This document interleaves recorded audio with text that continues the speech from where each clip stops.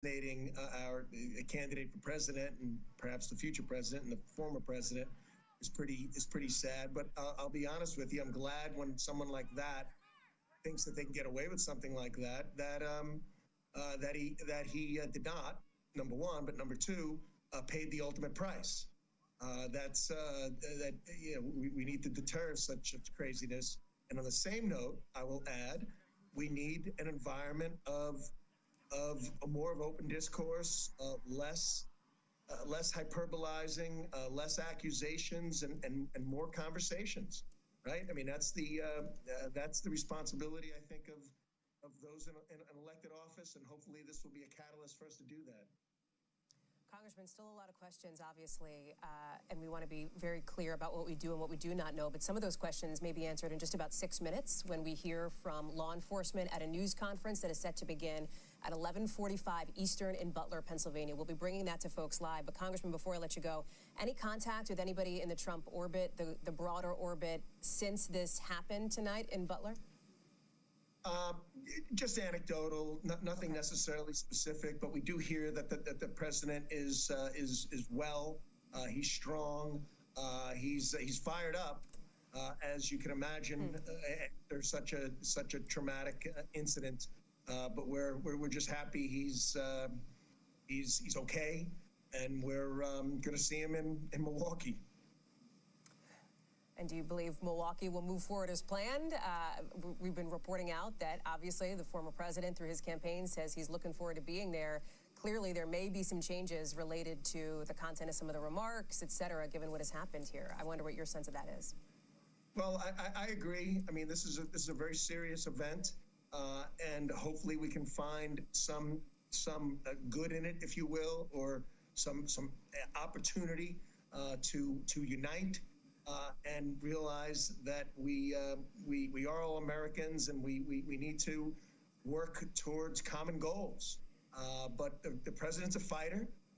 He's got great energy, and something tells me he's going to be quite present at his convention. Congressman, thank you so much for taking time out of your night to talk through this with us. I appreciate it, and we will see you in Milwaukee, I'm sure. Thank you, sir. I want to bring in Garrett Haake now, who covers former President Trump. And Garrett, I'm struck by the congressman describing Mr. Trump there as a fighter, because there is that now iconic image being circulated by his allies of the former president. We just showed it here in our video with his fist in the air. You see him waving there. After this, in the video, he does a couple of fist pumps. This is one of those shots there, one of those images, so to speak, Garrett. This is becoming symbolic of the way that those close to the former president see him in this moment and see him moving forward in many ways. Yeah, Hallie, I think that's right. I mean, it's always been a core element of his political brand, the idea that Donald Trump was a fighter. He likes to say that he will be fighting for the forgotten man. That was, his campaign theme back in 2016 and 2020 for a time. I had a Republican strategist not affiliated with the campaign who I was talking to earlier tonight who said, you can't buy a photo like that. I mean, this will become an iconic image in our politics. All of these pictures of Donald Trump from tonight, there are so many that are kind of already going to be seared into the minds of people who've been watching some of this coverage. The photos and the fact that it's Donald Trump himself who's defined much of what we know about tonight, I think, really, with that one post that he made on his Truth Social platform just before 9 p.m. It was he that confirmed or said that he had been shot, in fact, when at the time much of the early reporting had suggested that perhaps it was a ricochet or a piece of glass. But no, the former president said in that post, it was in fact a bullet that hit him in the upper ear, on his right ear. He said he could tell exactly what was going on. He could hear it as it was happening. He expressed in that same post condolences for the other victims, a thank you for law enforcement. And interestingly enough, I was thinking in the context of the congressman's comments about, whether they had heard somebody else in the day who might have been making threats. At the time of that Truth Social post, the former president said nothing was known about the shooter. That just before 9 p.m. tonight. Now, who knows to what degree he would have been briefed on an investigation into his own assassination attempt at that point. But that's where we were a few hours ago. And Hallie, as we sit here now, we remain a bit in the dark about the former president's movements. We know only that he's left the Butler area. His campaign has, by rule, basically not been commenting really about this assassination attempt at all tonight, but are, I think, particularly and understandably guarding quite closely his movements at this hour. He had his plane with him there at the Pittsburgh airport, but we don't know whether he's going back to New Jersey, as had been the original plan, or perhaps to one of his other residences tonight. We do expect to see him on Monday in Milwaukee for one important piece of business, of course. He has to pick a vice president. He has to pick a running mate, and he has to do that by basically mid-afternoon Monday, or they're going to have to rework the convention. And I will say just one final thought again, as I was listening to your conversation with the congressman. The statements that we have from the RNC and from the Trump campaign thus far are basically the show must go on, that the convention will move forward on Monday.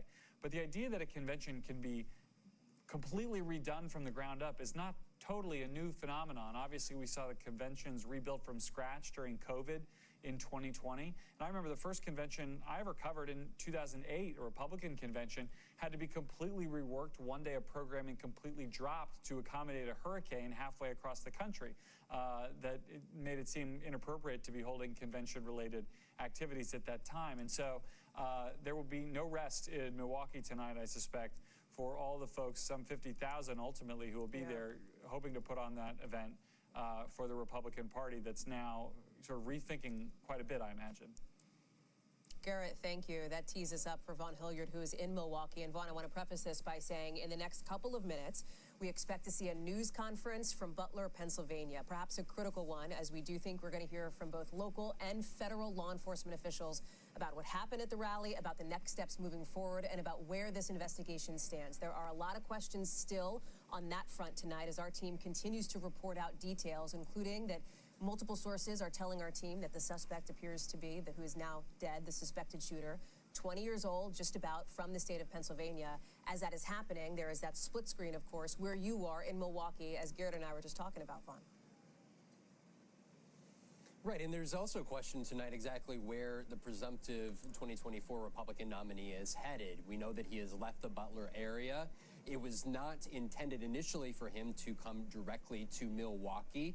The main primetime festivities, the convention formally opens inside of the arena behind me here on Monday, though the several thousand delegates that will be in attendance and will be formally nominating him on Monday here in Milwaukee, they are already in town. There was a reception this evening that was on the books, being put on by Reince Priebus, the former RNC chair, who is from the Milwaukee area, is essentially serving as the host of this Republican National Convention. That reception was canceled here tonight. There are other meetings that are going to be taking place here around the greater Milwaukee area tomorrow. I'm told that those are proceeding as normal. There is no indication that the convention plans are changing in any way. I've talked to several delegates here tonight who suggested to me that this only intensifies the energy and the importance of the convention speech that Donald Trump will deliver in prime time on Thursday night. Garrett said it. He still has a vice presidential running mate to make the selection of. There is a lot on the line for Donald Trump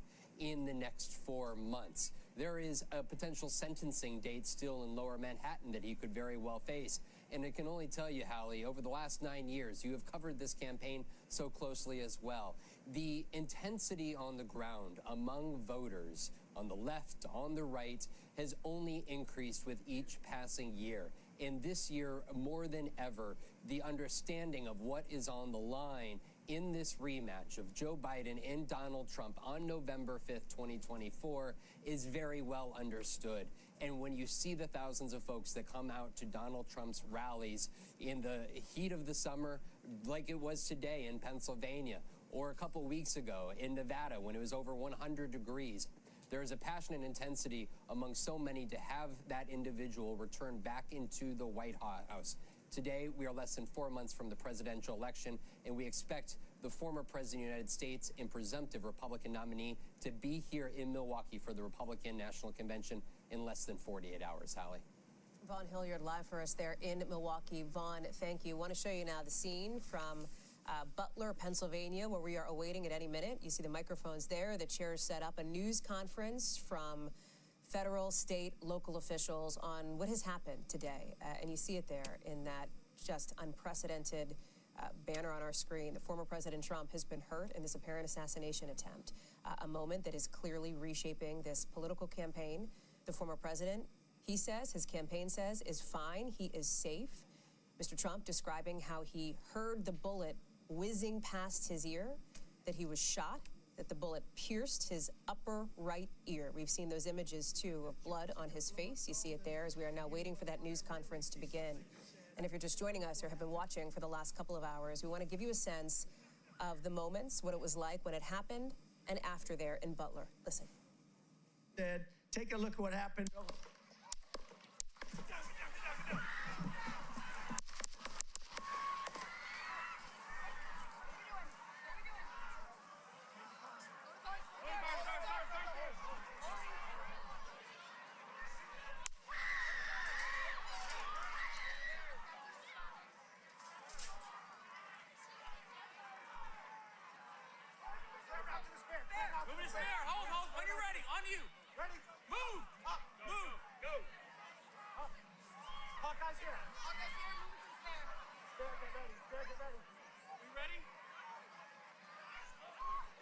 And then as he moved his head to look at the chart up on the screen, that's when he got grazed in the ear.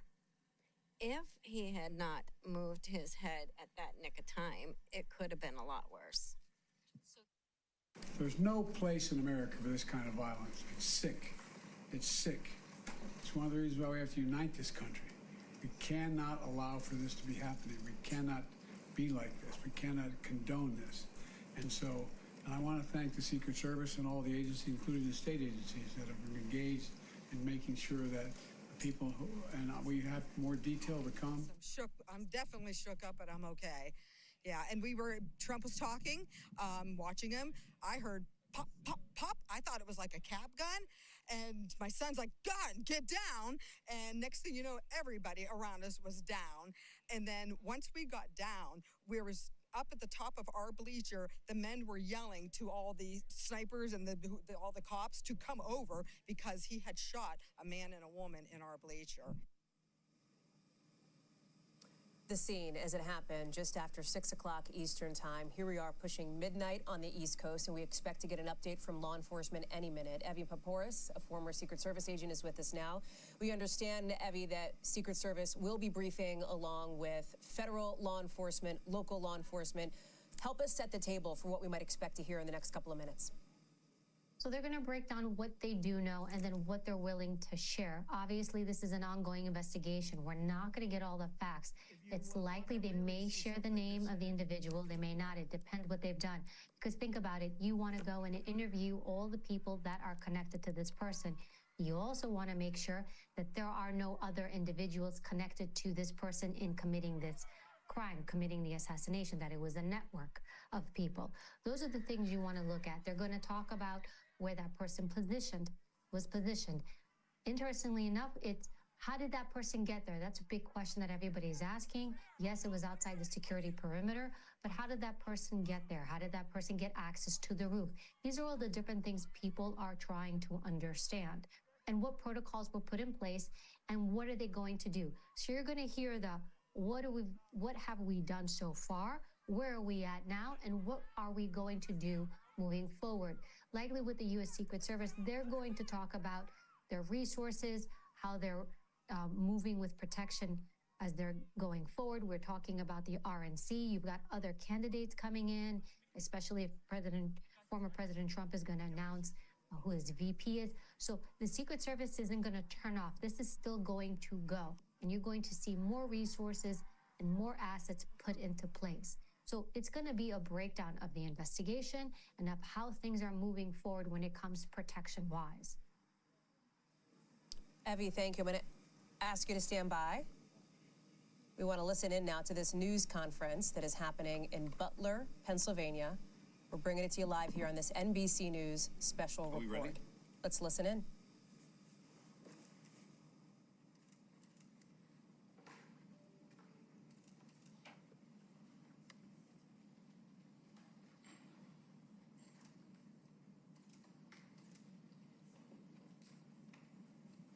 Is everyone ready?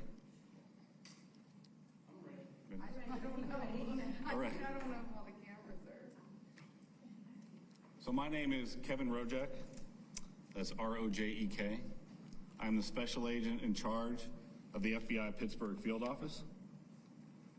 The first thing I want to say is that the FBI stands with the people of Butler County in Western Pennsylvania, and our hearts go out to the victims of this heinous act which occurred today. This is our community, and I want to let the public know that the FBI has deployed a number of our resources, including investigative agents, our evidence response team, bomb technicians, and we have additional resources coming from other field offices, as well as from FBI headquarters, including our evidence response from Quantico, Virginia. We have intelligence analysts as well, working from our field office in Pittsburgh, working feverishly to attempt to identify the individual who did this and any motives behind why this was done. Right now, we need the public's help.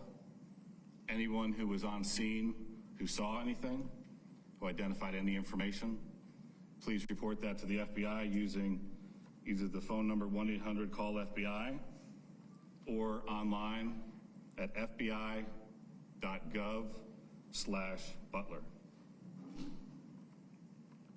This evening we had what we're calling an assassination attempt against our former president, Donald Trump.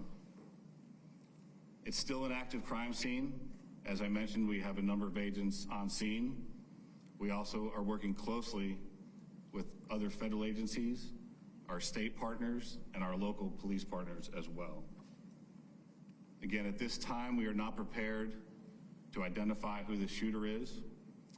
We are close to that identification, and as soon as we are 100% confident in who that individual is, we will share it with the press. With that being said, also, we do not currently have an identified motive, although our investigators are working tirelessly to attempt to identify what that motive was. At this time, I'm going to turn over the podium to Colonel Chris Parris from the Pennsylvania State Police. Thank you very much. My name is Colonel Chris Parris, P-A-R-I-S, Commissioner of Pennsylvania State Police. I would just like to say that the State Police have been in regular contact with the Governor's Office, and the full support and assets of the entire agency are behind the FBI and our other federal and municipal partners to assist with this investigation. The thoughts and prayers of the Pennsylvania State Police are likewise with the victims of this terrible act. We are prepared to support this investigation in any way, shape, or form, and we stand ready to participate in a full, fair, and competent and thorough investigation. To give you an operational rundown, Deputy Commissioner of Operations, Lieutenant Colonel George Bivens, is behind me, and he will discuss the operational portion that's being conducted by the Pennsylvania State Police. Lieutenant Colonel Bivens. Good evening. So let me describe for you a little bit about the scene that we have over there. As you know, there was a grandstand, a very large area, a lot of people there when this all unfolded. The former president had come out and begun to speak shortly after 6 o'clock this evening, and within about 10 to 15 minutes, a number of sounds were heard, and it became apparent that shots were being fired in that direction. It was a chaotic scene. Law enforcement, I believe, acted heroically, quickly identifying and neutralizing the threat, as well as responding to assist the various victims. PSP had a significant presence on the scene along with all of our federal partners at the time of the shooting. We have since enhanced that presence significantly, bringing in resources from all over the Commonwealth to ensure that we have a speedy, thorough investigation. We are working very closely with the FBI as we work through this. As you can imagine, because of the variety of crimes that have been committed, some are under federal jurisdiction, some are under state jurisdiction. And so, we're working through all of that, not an issue at all. We work seamlessly, but the FBI has maintained the lead on the attempted assassination. PSP will take the lead on the homicide and the shootings of the other individuals in the grandstand area. And so there are a lot of witnesses to be interviewed, a lot of things to be processed. There were some complicators that hopefully the next time we speak we can describe for you, but some complicators that slowed down some of the processing and the positive identification of the shooter. But know that at this time we have no reason to believe that there is any other existing threat out there. We are doing everything we can to make sure that this is thoroughly investigated, and that if there is any information developed that anyone else was involved, that between PSP and the FBI, that will very quickly be followed up on. So I think at this time we would open it up to questions from all of you. Was this a lone wolf attack? Again, I think it's too early to say that. We have one shooter tentatively identified, but we're not stopping there. We're following up on a lot of information. It will be some time until we can conclusively say or answer that question, I think. How long do you think that gunman was hiding up there? I mean, we saw the snipers up there, as the crowds were kind of rolling in and looked like they had a pretty good viewpoint to check everyone out. So how long did that guy have been up there? Again, that'll all be part of the investigation, but Can you come up to the mic, please? that will all be part of the investigation. But I can tell you that preliminarily it appears everything unfolded very quickly. So, again, we'll have more information on that, but it's just too early to start definitively saying this happened at this exact time. But it wasn't like he was inside the security perimeter, right? That building he was on is outside of it? That's correct. Can you check how far outside of it was it? We'll have that information for you. It was some distance outside of the Colonel, can you comment on reports that there were people who saw someone on the roof and tried to alert authorities? We're following up on those. I will tell you that I am aware of those, and I am aware that law enforcement had responded to a number of reports of suspicious activity. The specific response to this will be all part of the after action, but yes, law enforcement was responding to check on several suspicious occurrences. What were the other suspicious occurrences? That'll all be part of the investigation. So you said that you're close to identifying the shooter. Could you at least confirm that he is from Butler County, Pennsylvania? Is there anything else? Did he have any affiliation with that company, do you know? So again, we're not prepared at this time to provide the identity of the potential shooter. We're in the process of doing the confirmation, and once we have the confirmation, we'll release the name officially to the press. But at this time, we can't give any further information on the potential shooter. No, it's a matter of doing biometric confirmations. So there was no identification on the individual, as an example. We're looking at photographs right now, and we're trying to run his DNA and get biometric confirmation on. Would you be able to comment just what police found left behind? Like any possible devices? Did you find any extra guns? Just anything else you'd be willing to comment? Not at this time. No, we're still in the process of an active investigation, so we'd like to reserve releasing any information like that until we have more facts. Today, was there any heightened threat level, credible threat level that you guys were aware of more so than what is typical for an event like this? From the FBI's perspective, no. We did not have any specific threat information related to this event. Can I ask, you talked about how it happened so quickly, and we know that there is at least 2 casualties, including the gunman at this point, that we're aware of. It could have been a lot worse. Absolutely. Are you able to comment more about that and how it was taken care of so quickly?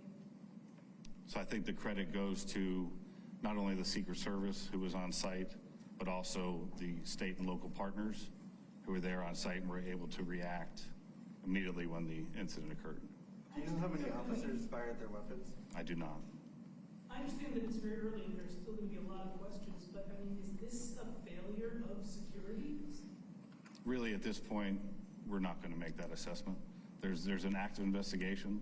A lot of things need to occur investigatively to make those determinations of what, if any, failures there were. So we can't comment on that at this time. So you can't say if Secret Service had checked those buildings or were keeping a close eye or? Really have to defer to Secret Service for those questions. Was there any law enforcement at the AGR property prior to the event? Like, were there police at that location at any point during the event? Are you saying the location where the shooter was located? Yes. I don't have any information on that. You'd have to defer to Secret Service. When do you think you will release, when will the name of the shooter be released? I mean, any inkling of when that might happen, tomorrow or? So that'll be, as soon as we've confirmed 100%, we're willing to release that. So if we have, as far as the contact information for the press, we should be able to do that within the next few hours, I imagine. I'm sorry. So there was a vehicle being checked not far from here. We've also heard of a possible related scene in Bethel Park.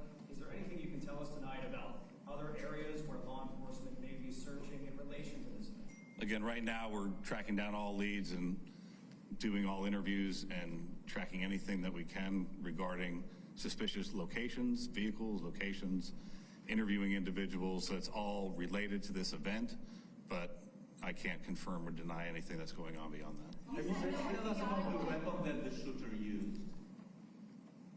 As far as the details of the weapon? Yeah, what kind of a rifle was do you want that? to come on? What did he use? Okay, until we have the confirmation of who the shooter is, and we'll release that as part of the investigative details later.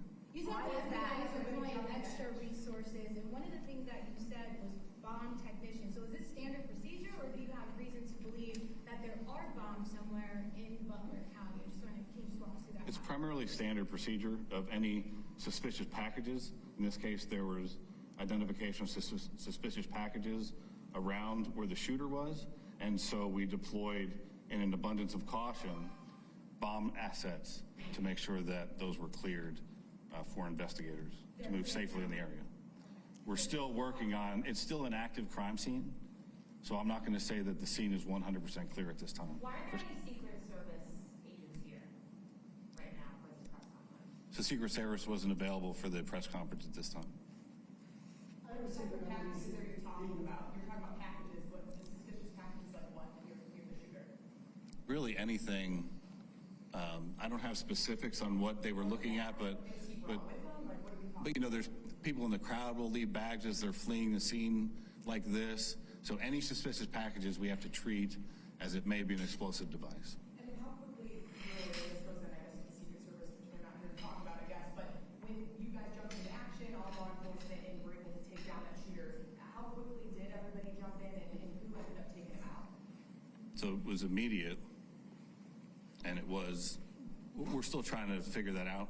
So we'll wait till we have more definitive information regarding that investigatively. What about the person in the crowd? Do you have any information about how they were killed? My understanding was it was from the shooter, but again, those will be details that are released later. Do you search homes or apartments as a part of your method of identifying the individual?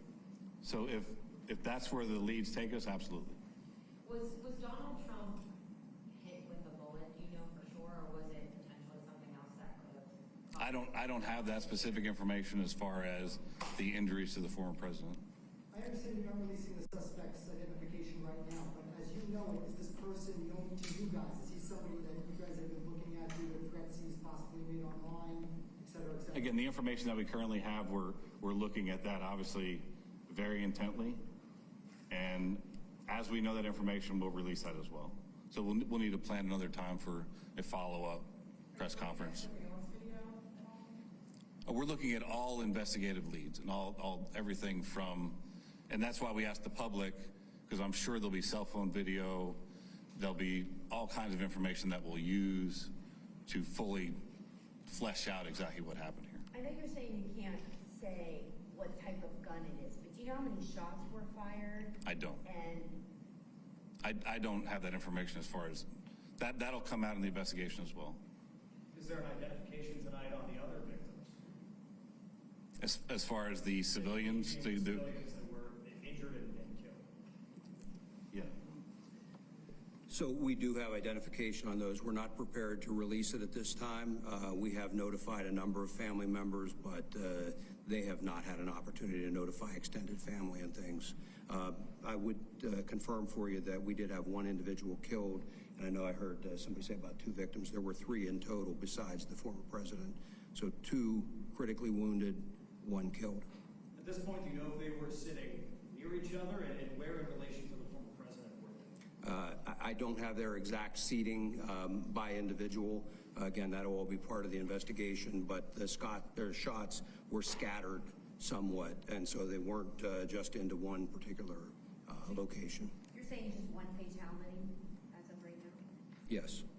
The shooter and 1 fatality. The shooter plus 1 fatality. Oh, thank you. So there was 1 victim of the shooter who was killed, and then the shooter was killed. And then 2 in critical? Yes, ma'am. Witnesses say they saw a semi-automatic rifle was used by the shooter. Can you share any more details of it? That's what people. I've heard those reports as well, and again, we do have a good idea of what the weapon was, but again, that's all part of the ongoing investigation. And I'm not trying to be cagey about that. You know, when the SAC talked about the need to be very methodical and to be cautious with that scene, we are doing just that. We don't want anybody else getting hurt, and candidly, there are some concerns that we'll be able to talk more about later on about just what those concerns are and continue to be. Why did you talk to the shooter's family yet? That's all part of the investigation. After the event, there were a lot of really angry people. Are you monitoring? Have there been any threats in response to this? Are you worried? Have there been any specific threats? That's certainly a concern, and you know, we're monitoring that whole situation. I mentioned that, you know, we're bringing a lot of assets to bear, and so like the FBI utilizing their analysts, we also have the Pennsylvania Criminal Intelligence Center. We will utilize the resources of our intelligence division and the Criminal Intelligence Center to be able to monitor for concerns about any threats, regardless of the side of the issue or the political spectrum. We want to make sure that we try and avoid any further violence. So no, nothing specific so far? No, sir. Without identifying them by name, can you say anything about the other folks who were injured or killed? Were they adults, male, female, anything at all? They were adults, and they're male. All 3? Yes. How difficult of a day is this for your department, though, or all your departments, to go talk to these family members, including the civilians who were gunned down while they just went to a rally and try and, you know, celebrate, I guess, the upcoming election? What are those conversations like, and how do you kind of get through that? We have trained investigators, and we're partnered hand in hand with the FBI, again, because we've got some federal violations, some state violations, and so our investigators are going out and methodically. We have a large team of investigators that are going out, dividing up these interviews and trying to conduct them as quickly as possible, and then there will be follow-ups. You know, with the FBI asking for people to call in tips, I have no doubt that we will receive a lot of additional information that will also require follow-up. But again, we're working very well together, and it's only a short matter of time until we get through all of those interviews. Colonel, from your experience, how close a call was it for President Trump? There were no police hit with bullets. From your experience, how close a call was it for President Trump? I'm not going to speculate or comment on that. Have any of you talked to the president? Did any of you have any kind of reaction or anything? No. Which law enforcement agencies were tasked with securing this particular rally outside of the United States Secret Service? Well, Secret Service always has the lead on securing something like this, but then they work very closely. And I hate to use the word routine, but it is a fairly routine matter for all of our agencies to work jointly with the Secret Service. And it really depends on the venue, on what information is out there, what number of resources are devoted to it, and we work with them to provide whatever is requested by the Secret Service, but they're the lead in that security. Was there anything about this venue that made it particularly difficult to secure? You know, I would defer to the Secret Service to answer that. They would have done the initial assessment. Was the rooftop part of what was being secured? Was the rooftop, given its proximity to the event, part of that process? It's my understanding that was outside of the perimeter. Did this shooter have any previous criminal history? We're not going to comment on anything about the Did shooter. any agency deny Trump's team extra security? Any of the agencies that are up there? Not that I'm aware of. If Trump had been the nominee already, would he have had additional security for this event? There again, Secret Service has the lead, and I'm not going to comment or speculate on what may or may not be provided at any given point, depending on their status as a candidate. What I will tell you is that, in my experience, the Secret Service does an excellent job of maintaining security on protectees. They're very cautious. They don't hesitate to ask for resources, and candidly, we don't hesitate to supply those resources. Deputy Colonel, you're asking for the public's help. Can you elaborate and be more specific about what you really like to see from the public, if it's videos, photos, personal accounts? I think the videos and photos would be very helpful, and I think that once the shooter is identified, anyone that has specific information on that shooter, that would be very helpful as well to help us assess motive. And again, as I mentioned earlier, we are absolutely not taking for granted that this was a lone wolf attack, and so we would be looking for any additional information that might point us toward anybody else that may have had a hand in this. Sir, at this point, what is the main focus of the investigation?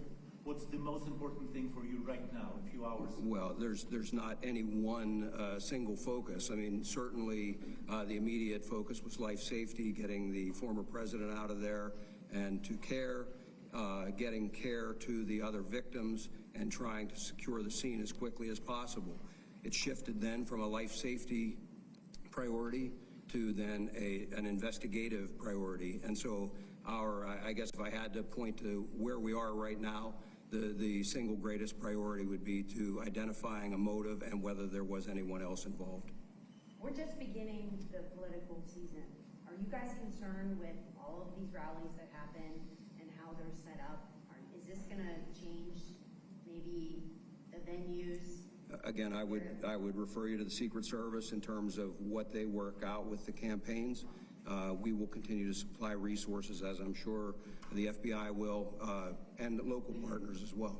When this was announced, it was, there was quite a few days of a heads up that people get ready to come to this Trump rally. From a law enforcement perspective, when you announce a big event like this, all that time in advance, like a week out, does it give people more time to plan something like this? I suppose, but there's a balance, I would think, that any of the campaigns on either side try to weigh. I mean, the point of them announcing it, I suspect, is because they want the crowd, and so it's not up to us in law enforcement to tell them when they should announce or how they should announce or how they should conduct it. We offer our best advice. Again, working hand in hand with the Secret Service, offer our best advice of how best to secure and protect that venue. Sir, considering how many people were there, and you have packed in there, and you have somebody at an elevated position with potentially a high-powered rifle, how lucky is it that we were only talking about a couple victims, as sad and tragic as that is? Well, we're certainly grateful that we don't have even more victims. And again, in terms of how this could have occurred, that will be part of this after-action report and an investigation that occurs so that we can hopefully ensure that something like this doesn't happen again. Has an autopsy been conducted yet, or is it scheduled? It has not been conducted yet. Do you have an estimate on how many people were at the rally? I do not. If somebody has some video or photo, where should they send it? So we have the 1-800 call FBI if you have audio tips, and then we set up a specific tip line for audio and video, and that's fbi.gov/Butler. And they should send you just like any video? Like Anything that anyone has that is related to this incident that they think may be of assistance investigatively, we'll take anything and we'll analyze it, and we'll make the determination if it's of investigative value. Go ahead. So from what you've been briefed on, it sounds like law enforcement only knew he was up there until shots were fired. Is that what you're hearing? So that is the assessment at this time. So are you surprised that a sniper was able to fire off a handful of shots at the former president? I mean, Again, we're still working through the security apparatus that the Secret Service had in place, what potentially happened. There's going to be a long investigation into exactly what took place and how the individual was able to get access to the location, what type of weapon he had. All that it is really days, weeks, and months But how of surprised are you that investigation. he was able to get off like 4 or 5 shots? It is surprising, but again, to get the true, all the details of that will come out later in the investigation. Going back to the perimeter of this building, I think it's going to be really difficult for people to understand that this building with a very high vantage point, some 100 meters away from where this is happening, isn't part of that perimeter. What goes into that conversation over what is in and out and why wouldn't that be? Again, the Secret Service really needs to answer that question. They conduct the initial site survey. They do the initial security assessments and determine where the different security locations should be, and they're the ones who are in charge of securing the scene.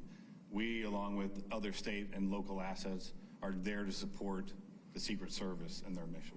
How many troopers and agents were at the rally, obviously before the shooting, and how is that number determined, and should perhaps there have been more? So I don't have the specific numbers. I doubt you do as well. No, I can speak just for PSP. We had physically on site there probably 30 to 40 members of PSP, but we also have additional resources in the area. We utilize aviation, for example, and a variety of other resources, dogs to sweep beforehand that really aren't counted in that. And again, the number is driven by what the request is from the Secret Service. You know, just in their defense, I mean, what I would want to say is it is incredibly difficult to have a venue open to the public and to secure that against any possible threat, against a very determined attacker. That's a huge lift to try and do it. And, you know, again, the investigation will really give us an opportunity to take a look at where any failures occurred and what can be done better in the future. Lieutenant Colonel Bivens, do you know when another briefing might be held? Tomorrow? We don't have one scheduled, but I would tell you we will let you know and give you plenty of notice. Certainly, as soon as additional things develop that would be noteworthy or of interest to you, we'll get that scheduled and have another with you. Locally, what can residents, businesses expect to happen with the investigation over the next couple of days? Like, what's going to be going on there that people need? Well, again, the interviews will all be occurring, and so they may see law enforcement in their communities. People came from a wide area to come to this rally, I'm told. So, you know, there's going to be law enforcement fanning out, and as additional calls, photos, videos come in, you know, those additional interviews will result in law enforcement being out in the community conducting those interviews. But otherwise, they really shouldn't see any other significant impact in the Would you community. confirm whether it's a male or female, the homicide, the bystander who died? That's a male, A male? yes. Now, I'm from a European outlet from Poland, and I'm already getting text messages from, you know, back home, and people are asking, how could this happen? What's going on in America? I know that it's a philosophical question, but how could you talk to the people outside the United States about what happened here in Butler? Well, again, what I would say is a tragic incident that occurred. We're not in a position to start second guessing how or why or anything else at this point. Just know that it will be thoroughly investigated. If there is anyone to prosecute, that will be done, and we'll move forward. But I don't have a good answer for you. We'll just take one last question. I know that PSP said that you guys were not aware of any additional requests from the Trump team for security. What about the FBI? Was there an additional request for additional security from the Trump team, and was that denied in any way, shape, or form? No, there was no additional request for security that was ever denied by the FBI. What does the FBI do in these events? Like, what is your role? So we showed up after the fact. We were monitoring the event, but it was once the incident occurred that we come and we take the primary jurisdiction for the investigation. Thank you. We'll, as we have additional information, we'll provide it. Thank you. Thank you.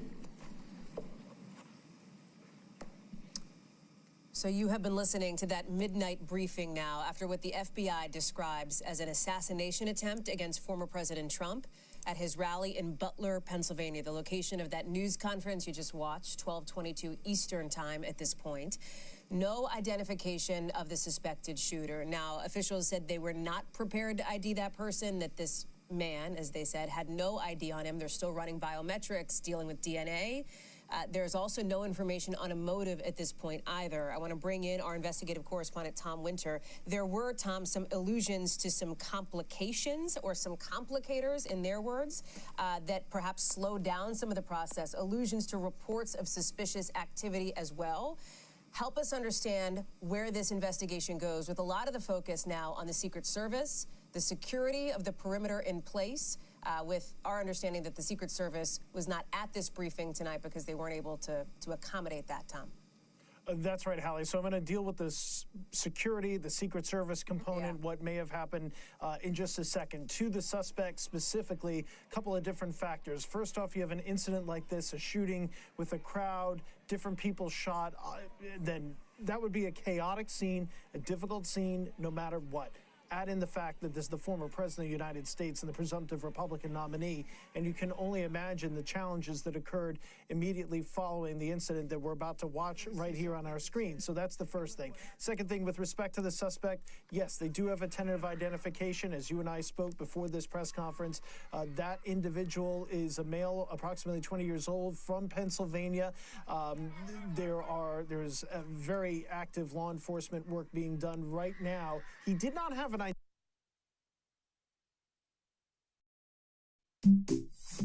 Boost your revenue and drive growth with